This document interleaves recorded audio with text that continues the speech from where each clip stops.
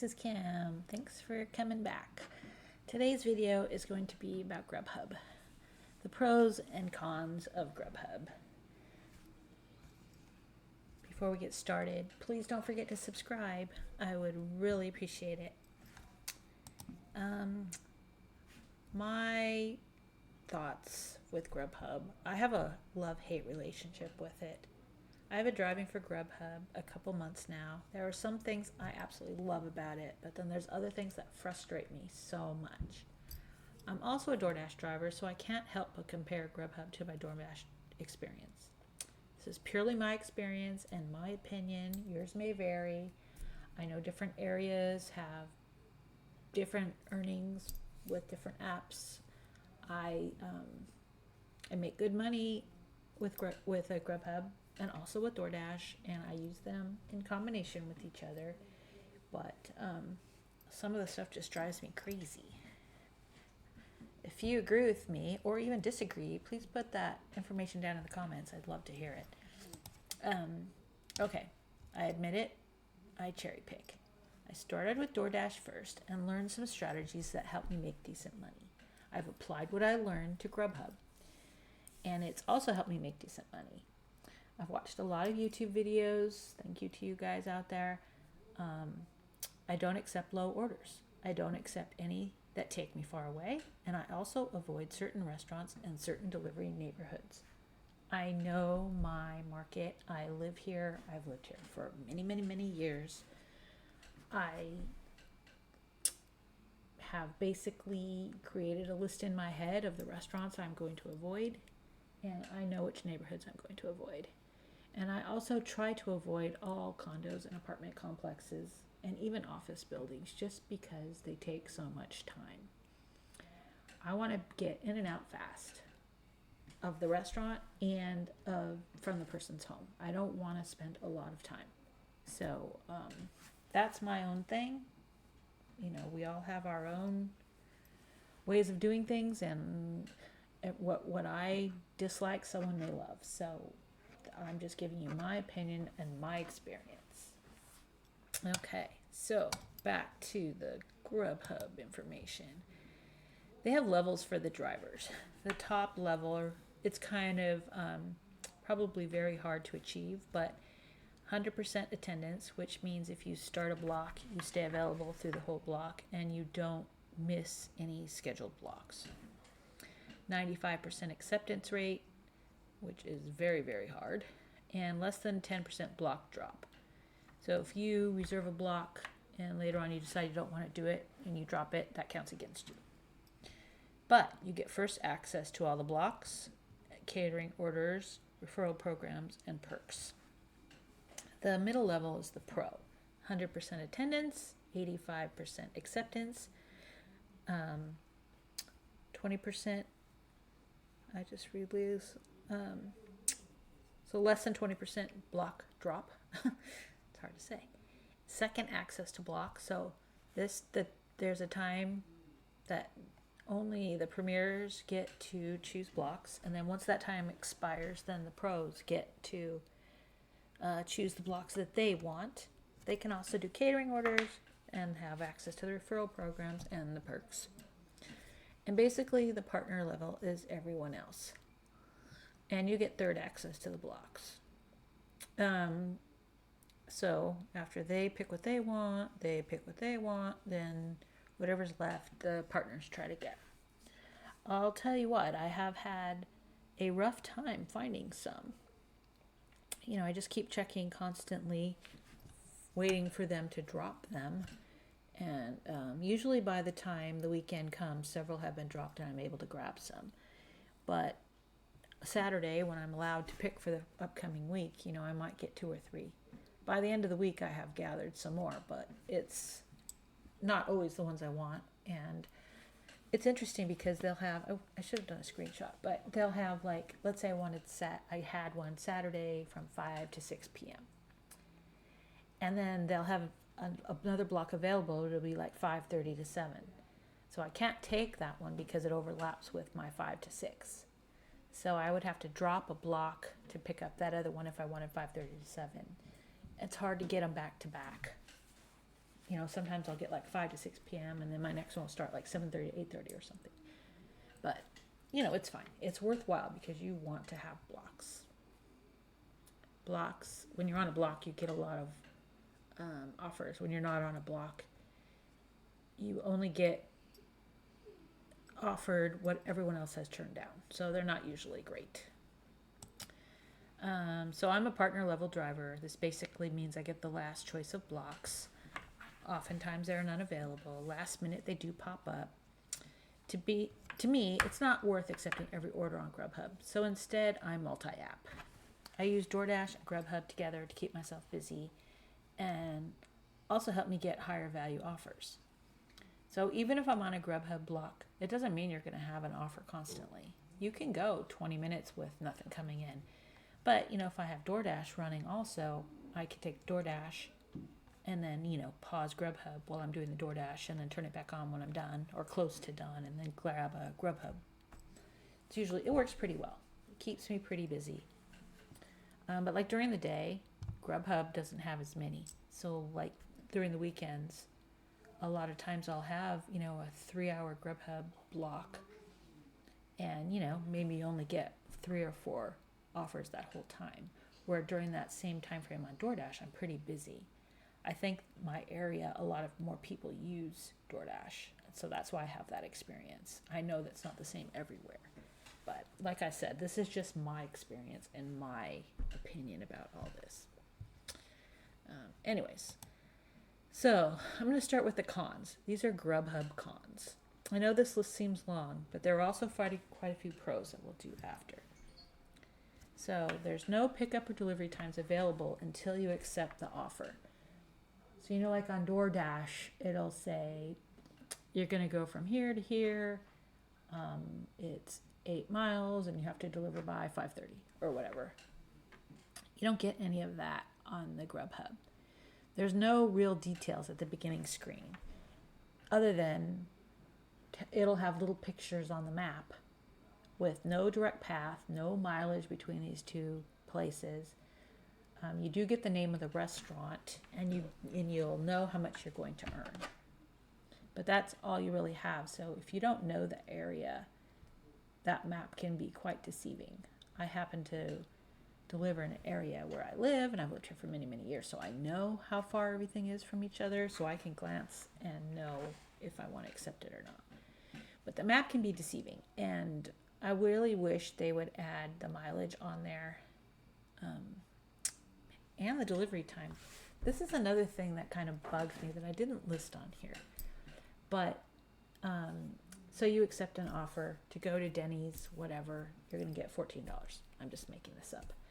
And you click on it, you accept it. Pickup time is not for like 40 minutes. And Denny's is, a mile down the road. So what are you going to do for the 40 minutes until this order is going to be ready? Well, I usually just do a DoorDash meanwhile and, fill up that time. Where if I would have known it wasn't going to be ready for 40 minutes, I wouldn't have accepted it. So I wish they have that information on the screen. Anyways, like I said, the next point here. Sometimes it's hard to get blocks. As a partner level driver, I'm third in line. Without blocks, you don't get many offers. So like I was giving you that example, during a 3-hour shift on the weekend, 3-4 hours, I might get 3 or 4. If I did not have a block, I might only get 1 or 2, or might not get any. So the blocks are really important. Also, it's very hard to unassign a delivery. So if you've already marked that you've arrived at the restaurant and you walk inside and you find out it's going to be 40 minutes before the food's ready, on DoorDash, you can just go in and unassign yourself. On here, you can't. It'll say, you'd say, oh, there's a problem with this order, I can't deliver it. And they'll ask you why, and then say, okay, you need to call support. So then you've got to call support, sit on hold, wait for who knows how long till they answer and ask them to unassign you. Then they tell you that, oh, this is going to count against your acceptance, your whatever rate, not acceptance rate. Maybe it is acceptance. I don't know, whatever. Sure you want to do it? Why don't you wait? Blah, blah, blah, blah. So they kind of talk you into keeping it. Anyways, if you don't click that you've arrived, which is what I have learned, you could go in, find out how long it's going to be for the food. If they say it's going to be a long time, then you can unassign yourself. You can basically just say that I can't deliver this, whatever, and it lets you do it. But if you've clicked that you've arrived, you have to call support. So Grubhub drivers, keep that in mind. Also, speaking of support, support is not nearly as good as DoorDash's support. I know people complain about DoorDash support, but they answer the phone right away. You can text with them pretty much right away, and they'll try to help you. They can't always help, but at least they try. My experience with Grubhub support has been lackluster at best. And every time I try to do the chat option, it's like, you are number 42 in queue. Keep this page open. And I'm like, I want to move on and do something else, but you can't, because you got to stay in the chat screen for who knows how long. One time I waited, oh my gosh, and the guy came. I typed out the whole story, what was going on. And he's like, oh, since you haven't responded, I'm going to end this chat. I'm like, wait, I am responded. I had already typed it, and he had, I had hit enter, so it went to him. Then again, he said, okay, well, since I still haven't heard from you, and he disconnected me. And I was so upset. So I went back into chat, and luckily I got a better person the next time. But, it's like 10 minutes waiting for my turn. So that was really aggravating. Another con, if a location is closed or if someone else picks up your order, you get nothing for driving there, no matter how long it takes you. I had this happen this weekend, and I drove quite a ways, probably 20 minutes to get to this restaurant, and I get there and it's closed. You fill out this little form, you have to take a picture showing that it's closed, showing that there's the sign with their hours on it and that sort of thing. And which is fine, I don't mind doing that, but you should be compensated for the time you drive there. My other con is that the offers are scattered all over the place. It's not necessarily based on where you currently are located. It seems super inefficient to me to have me drive a half hour to a restaurant to deliver over near that restaurant when I'm clear on the other side of town. Give it to someone who's over there.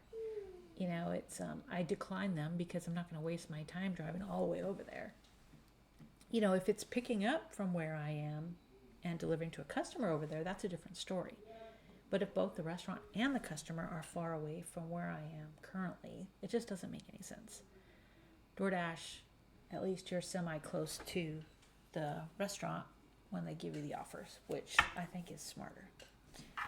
Anyways, now to the pros. There's a lot of pros. If you're in a block, you're going to get lots of offers. Like I said, not necessarily on the weekend days, but night times, yes. Like bam, bam, bam, bam. You decline one, you're going to get another one. You finish one, you're getting another one. It's really nice. And I like the fact that you know exactly how much you're going to earn. People can add more tip to it later, but you'll know exactly what the minimum is that you're going to be getting. And those offers are generally much more than what DoorDash offers. And I also I didn't like this at the beginning, but now that I am more familiar with the app, they'll send you offers for a delivery to do next, which is nice. They just add it to your queue. So as soon as you're done with the one delivery, you just go to the next restaurant. So, and they could just keep doing this back to back to back, which is kind of nice. You don't have any downtime. You just leave the house and go of that one customer and drive directly to a restaurant, which I think is nice. It was confusing at first because it seemed like I always got that next offer right when I was looking for the person's house, or like I'm carrying all this food. I've got trying to juggle my phone. You get 90 seconds to decide, but still that doesn't seem like very long when you're in the middle of trying to deliver. And usually they give you plenty of time to get to the restaurant and to the customer. So like DoorDash, I feel like I've just got to go right now. I get to take it and just go, because it's now 6:00 and pickup time's at 6:11, and it's going to take me 9 minutes to get there. Then you got to park, walk to the restaurant, blah, blah, blah. And then you've picked it up and you need to have it to the customer by 6:20 or whatever, and they live 5 minutes away. So it's like you don't really have a lot of time. Where Grubhub, there's a lot more time in there usually, not always. So you don't have to rush. I mean, you want to go right to the restaurant and you want to go directly to the customer's house after you pick it up. But I don't want to feel like I'm always late. I don't want the customer to wait for their food. I want them to have it when it was promised. And I think Grubhub just gives more, I don't know what the word is, but the delivery times are not as tight as Doordash is. And you get 90 seconds to decide if you want to accept the delivery in the first place, which is great. I think you get 45 seconds on Doordash, which goes really fast because if you're driving, you can glance at it, but if you want to pull over, by the time you pull over, you've got 10 seconds left to decide if you want to accept it or not. I don't do it while I'm driving. I don't stare at the screen. I always pull over, so I would appreciate that extra time that Grubhub gives you. Also, they don't bombard you with a bunch of text notifications, which I also like. I seem like I get so many texts from Doordash, it kind of drives me crazy. But lately, I will say, on Grubhub, this happened twice over the weekend. Maybe it's a glitch. But I'll arrive at the restaurant and click that I've arrived, and then I'll get a text from them saying that I'm not heading towards the restaurant and I should contact support or something like that. I'm like, I just told you I just got here, and the GPS should show you that I'm here. I'm at the right place. So, anyways, that's kind of annoying. But you don't normally get them. Doordash, you get a lot more. I get a lot of them actually on Doordash that say, "Oh, do you need help getting to the person's house?" when I'm just driving up their street or whatever. I don't know. Anyways, like I said, it's a much more relaxing platform. I don't feel as stressed.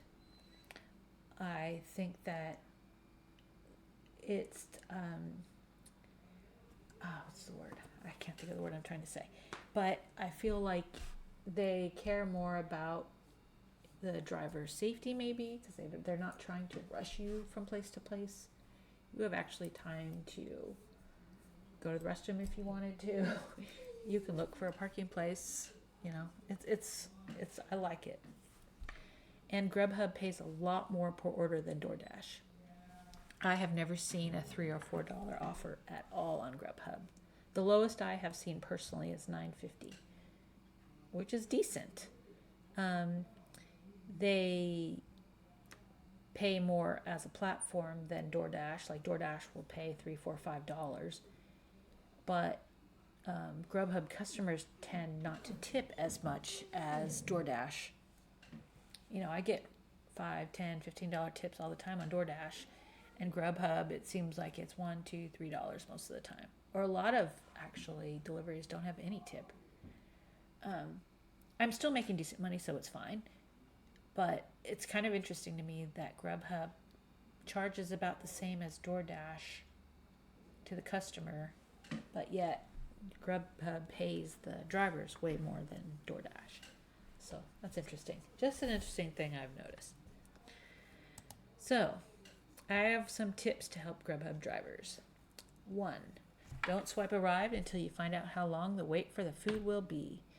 It's easier to unassign if you have not arrived. But sometimes you still need to contact support, which is a pain. So, like I said, walk into the restaurant, ask them how long the wait's going to be. If you don't want to wait, click to unassign it. But if you already have arrived and clicked arrived on the app, then you're going to have to call support. Number 2, try to grab as many blocks as you can. Obviously, if you want to be a premier level driver, you can't drop the blocks. But if you're happy being a third-class citizen, you can drop them if they don't fit in your schedule, and you're not punished for that. Number 3, only accept offers that make sense to you, financially and logistically. You don't want to drive all over town for $10. I personally try to stay in one general area. And if I look on the map and the restaurant's, more than 3 or 4 miles away, I don't even go. I just say no thank you. And I don't take any lowball offers either. I try to make at least $2 per mile, and now that the gas prices are going up, I might raise that. Anyways, number 4, communicate with customers, especially in the case where the food is taking a long time. They seem to really appreciate it and sometimes will add to the tip. And I think it's just good customer service. Keep them updated. Let them know what's taking you so long. You know, I think that they can see on the app that you're still sitting there, but as a customer, I appreciate when the driver reaches out and say, hey, I'm still here waiting for your food. Don't worry. You know, it's just nice. Okay, so anyways, I'm a happy person. I will keep driving for Grubhub. I am not going to strive for the premier level. I like being able to pick up the offers that make the most sense to me. And by multi-apping with Grubhub and Doordash, I am able to stay busy and make good money. And it works for me. It won't work for everybody, and that's fine. This is my opinion to my experience in my market. And anyways, that's it for today. Hope this was entertaining. Please don't forget to subscribe and click like if you enjoyed the video. And I'll see you next time.